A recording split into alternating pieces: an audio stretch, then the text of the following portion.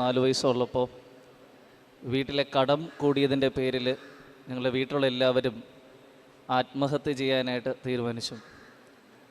അതിന് കുറച്ച് ദിവസങ്ങൾക്കൊക്കെ മുമ്പ് അവർ തീരുമാനിച്ചത് ഇവിടെ വന്ന് നെഞ്ചുരുകി പ്രാർത്ഥിക്കാം, ഒരു പക്ഷേ ജീവിതത്തിൽ എന്തെങ്കിലും മാറ്റം സംഭവിച്ചാൽ ഈ തീരുമാനത്തിൽ നിന്ന് പിന്തിരിയാമെന്ന ധാരണയിൽ എൻ്റെ കുടുംബം ഒരുപാട് വർഷങ്ങൾക്ക് മുമ്പ് ഇവിടെ വന്നിട്ടുണ്ട്. അന്ന് അവരോടൊപ്പം കൈപിടിച്ച് വന്നൊരു ചെറിയ ബാലനാണ് ഞാൻ. എനിക്കറിയില്ല എന്നെ കൊണ്ടുവന്നത് ഇവിടെയാണെന്നോ ഒന്ന് ഓർത്തെടുക്കാൻ പോലും അത്രമേൽ ഓർമ്മയുള്ള ഒരു പ്രായമായിരുന്നില്ല.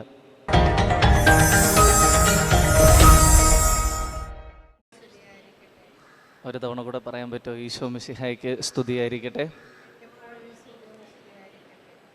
നിങ്ങളെയൊക്കെ കണ്ടപ്പോൾ കുറേ വർഷങ്ങൾക്ക് മുമ്പ്, എനിക്ക് വലിയ ഓർമ്മയില്ല, എൻ്റെ വീട്ടുകാർ ഞാൻ ഇന്നിവിടെ വരാൻ സമയത്ത് എന്നോട് പറഞ്ഞതാണ്, ഞാനൊരു 3 വയസ്സോ 4 വയസ്സോ ഉള്ളപ്പോൾ വീട്ടിലെ കടം കൂടിയതിൻ്റെ പേരിൽ ഞങ്ങളുടെ വീട്ടിലുള്ള എല്ലാവരും ആത്മഹത്യ ചെയ്യാനായിട്ട് തീരുമാനിച്ചു.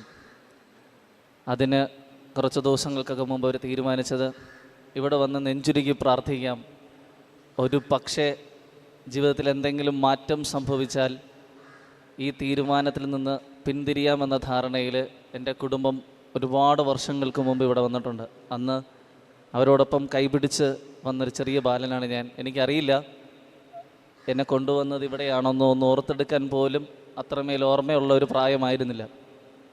ഞാൻ അച്ഛനാകാനായിട്ട് ആഗ്രഹിച്ച സെമിനാരിയിൽ പോകുമ്പോൾ എൻ്റെ അമ്മ എന്നോട് പറഞ്ഞത്, ഒരിക്കൽ ഒരു പള്ളിയിലിരുന്ന് ഞാൻ നെഞ്ചുരുകി പ്രാർത്ഥിച്ചിട്ടുണ്ട്, എൻ്റെ മക്കളിൽ ആരെങ്കിലും ഒരാൾ വൈദികനായി കാണണമെന്ന്. വൈദികനായി കഴിഞ്ഞാൽ എൻ്റെ മോനെയും കൂട്ടി വേളാങ്കണ്ണി മാതാവിൻ്റെ നടയിൽ വന്ന് പ്രാർത്ഥിക്കുമെന്ന്. പക്ഷേ ഇന്ന് കൂടെ വരാൻ എൻ്റെ അമ്മയ്ക്ക് സാധിച്ചില്ലെങ്കിലും എൻ്റെ ജ്യേഷ്ഠ വൈദികരോടൊപ്പം ഈ പുണ്യസ്ഥലത്ത് വരാനായിട്ട് എനിക്ക് സാധിച്ചു.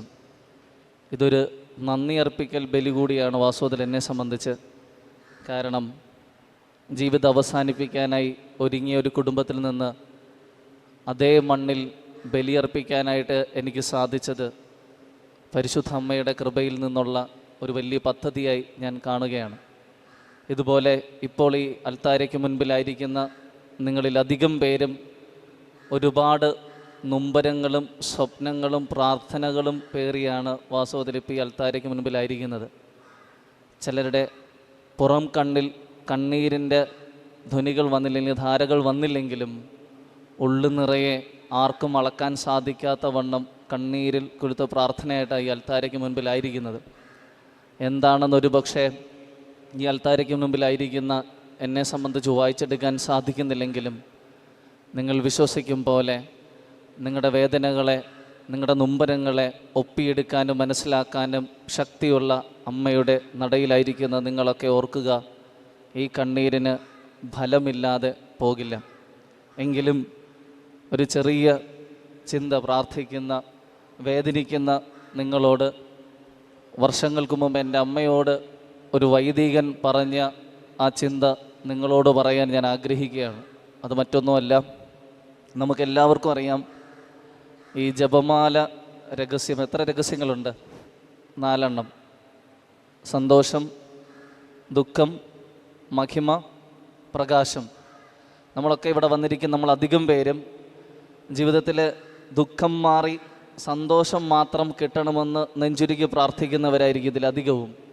എന്നാൽ തിരിച്ചറിയുക, സന്തോഷം മാത്രം ജീവിതത്തിൽ വേണമെന്ന് പ്രാർത്ഥിക്കുന്ന ജപമണി പ്രാർത്ഥനയ്ക്കിടയിൽ നമുക്ക് ഓർത്ത് പ്രാർത്ഥിക്കാനും ധ്യാനിക്കാനും പരിശുദ്ധ അമ്മ നൽകിയ ഒരു വലിയ ചിന്ത ഇതാണ്.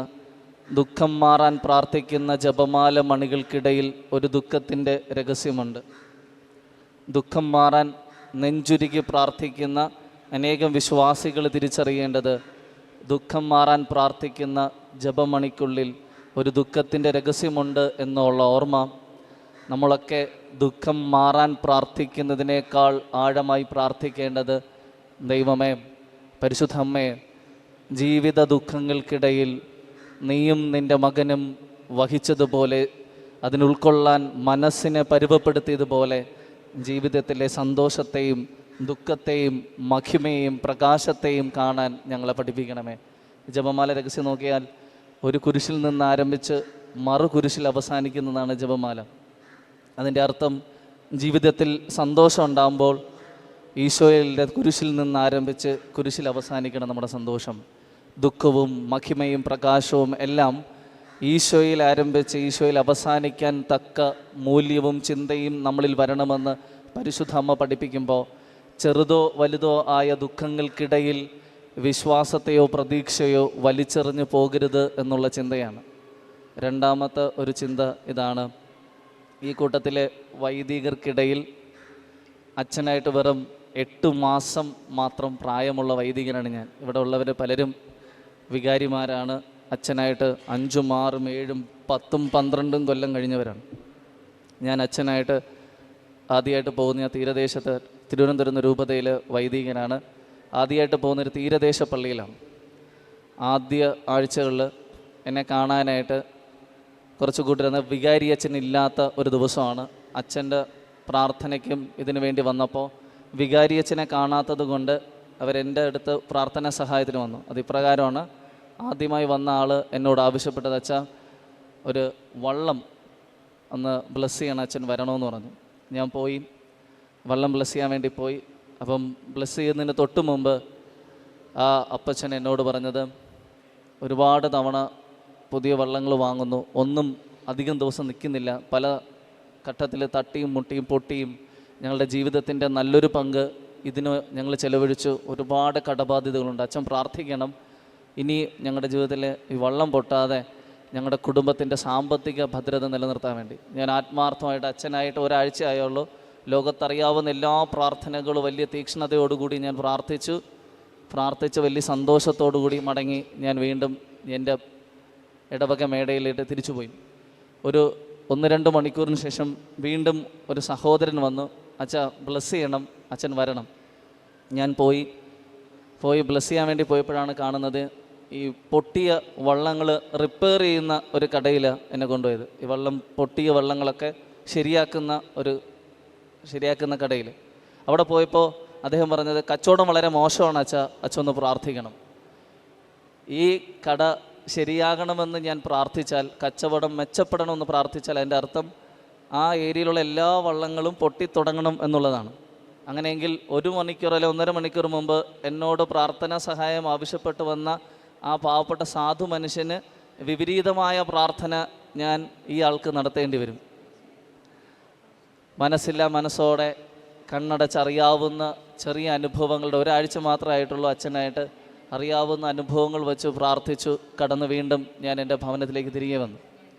തീർന്നില്ല, ഒരു വൈകിട്ട് ഒരു 3:30 അല്ലെങ്കിൽ 4 മണിയോ അടുപ്പിച്ചോളാവുമ്പോൾ വീണ്ടും ഒരു പ്രായമായ അപ്പച്ചൻ വന്നു. അച്ഛാ വികാരി അച്ഛനോട് നേരത്തെ പറഞ്ഞിട്ടുണ്ടായിരുന്നു ഒരു കട ബ്ലസ് ചെയ്യണം, അച്ഛൻ വരണം. അപ്പോൾ ഞാൻ പറഞ്ഞു വികാരി അച്ഛനില്ല, എങ്കിൽ കുഴപ്പമില്ല, അച്ഛൻ വന്നാൽ മതി. ഞാൻ പോയപ്പോൾ അതൊരു ശവപ്പെട്ടി കട ബ്ലസ് ചെയ്യാൻ വേണ്ടിയാണ്. മരിക്കുന്ന ആൾക്കാർക്ക് അല്ലെങ്കിൽ ഒരുക്കി വയ്ക്കുന്ന ശവപ്പെട്ടി കട ബ്ലസ് ചെയ്യണമെങ്കിൽ ഞാൻ പ്രാർത്ഥിക്കേണ്ടത് എന്താ? ആ കടയുടെ കച്ചവടം മോശമാണ് അച്ഛാ എന്ന് പറഞ്ഞ് പ്രാർത്ഥിക്കുമ്പോൾ ഞാൻ പ്രാർത്ഥിക്കുന്നുണ്ട്, ഈ ആഴ്ച മുതൽ ഇവിടെ എല്ലാവരും മരിച്ചു തുടങ്ങട്ടെ എന്ന് പ്രാർത്ഥിക്കണം. ഞാൻ അന്ന് മനസ്സിൽ കുറിച്ചിട്ടൊന്നുണ്ട്, വൈദികനായിട്ട് ഒരാഴ്ച പോലും ദൈർഘ്യമില്ലാത്ത എൻ്റെ സന്നിധിയിലേക്ക് പ്രാർത്ഥനയായിട്ട് വന്ന വ്യക്തികൾക്ക് എന്തു പ്രാർത്ഥന നൽകണമെന്ന് പ്രതിസന്ധി അനുഭവിച്ച ഒരു വൈദികനാണ് ഞാനെങ്കിൽ, ഇപ്പോൾ ഈ അൽത്താരയ്ക്ക് മുൻപിൽ എത്രയോ പേര് പരിശുദ്ധ അമ്മയുടെ സന്നിധിയിൽ നിന്ന് നിരവധി വ്യത്യസ്ത ആഗ്രഹങ്ങളും അഭിലാഷങ്ങളും പ്രാർത്ഥിക്കുന്നവരാണ് നാം. ഒരുപക്ഷെ ഈ അമ്മ എത്രമേൽ ബുദ്ധിമുട്ട് അനുഭവിക്കുന്നുണ്ടാകും ഓരോ മനുഷ്യൻ്റെയും പ്രാർത്ഥനയ്ക്ക് ഉത്തരം നൽകാൻ. സ്നേഹമുള്ളവരെ, ഞാൻ പറഞ്ഞു വയ്ക്കാൻ ആഗ്രഹിച്ചത്, നമ്മുടെ പ്രാർത്ഥനകൾക്ക് ഉത്തരം ലഭിച്ചിട്ടേ നാം ഇവിടെ നിന്ന് മടങ്ങൂ എന്നതായിരിക്കരുത് നമ്മുടെ പ്രാർത്ഥന. നമ്മുടെ പ്രാർത്ഥന എന്ത് ദുഃഖത്താലാണോ ഞാനിവിടെ വന്നത്, എന്തു നിയോഗം പേറിയാണോ ഞാനിവിടെ വന്നത്, ആ നിയോഗത്തെ അതിൻ്റെ ബലത്തിലും ശക്തിയിലും വേദനയിലും തിരിച്ചറിയാൻ കഴിയുന്ന, ബലം നൽകുന്ന ജീവിതമാക്കി മാറ്റാനുള്ള പ്രാർത്ഥനയോടുകൂടി വരുന്ന ഒരു വ്യക്തിക്കും ഇവിടെ നിന്ന് മടങ്ങിപ്പോകുമ്പോൾ നിരാശ അനുഭവപ്പെടില്ല. നിരാശ അനുഭവപ്പെടുന്നത് പ്രാർത്ഥനയ്ക്ക് ഉത്തരം പ്രാർത്ഥിച്ച് അൽത്താര വിട്ട് പോകും മുമ്പ് ലഭിക്കണമെന്നുള്ള മനോഭാവത്തോടുകൂടി ഈ അൽത്താരയിൽ ചുവട് വയ്ക്കുന്നവർക്കാണ്. എന്നാൽ ഈ അൽത്താരയിൽ ചുവട് വെച്ച നിങ്ങളിൽ ആരെങ്കിലും ഒരാൾ, ദൈവമേ ഇവിടെ ഞാൻ പ്രാർത്ഥിക്കുന്നത് ഇപ്രകാരമാണ്, എൻ്റെ പ്രാർത്ഥന നിൻ്റെ ഇഷ്ടങ്ങൾക്കും നിൻ്റെ സ്വപ്നങ്ങൾക്കും ചേർന്നതാണെങ്കിൽ അതെനിക്ക് നൽകി നീ അനുഗ്രഹിക്കണം. നിൻ്റെ സ്വപ്നങ്ങൾക്ക് വിരുദ്ധമായതാണ് എൻ്റെ പ്രാർത്ഥനയെങ്കിൽ ശരിയായി പ്രാർത്ഥിക്കാനും ശരിയായ രീതിയിൽ നിന്നെ സമീപിക്കാനും എന്നെ പഠിപ്പിക്കണമേ എന്ന് പ്രാർത്ഥിക്കുക. ഒരു നിമിഷം നമുക്ക് കൈകൾ കൂപ്പാം, കണ്ണുകളടയ്ക്കാം. വന്ന നിയോഗത്തെ ദൈവത്തിൻ്റെ കരങ്ങളിൽ സമർപ്പിച്ച് പ്രാർത്ഥിക്കാം. ഒപ്പം ഒരു പ്രാർത്ഥന ഉള്ളിൽ പ്രാർത്ഥിക്കുക. ജപമണിയിൽ പോലെ സന്തോഷവും ദുഃഖവും മഹിമയും പ്രകാശവും കുരിശിൽ ആരംഭിച്ച് കുരിശിൽ അവസാനിക്കുന്ന മൂല്യത്തോടെ സ്വീകരിക്കാൻ എന്നെ പഠിപ്പിക്കണമേ. ആമേൻ.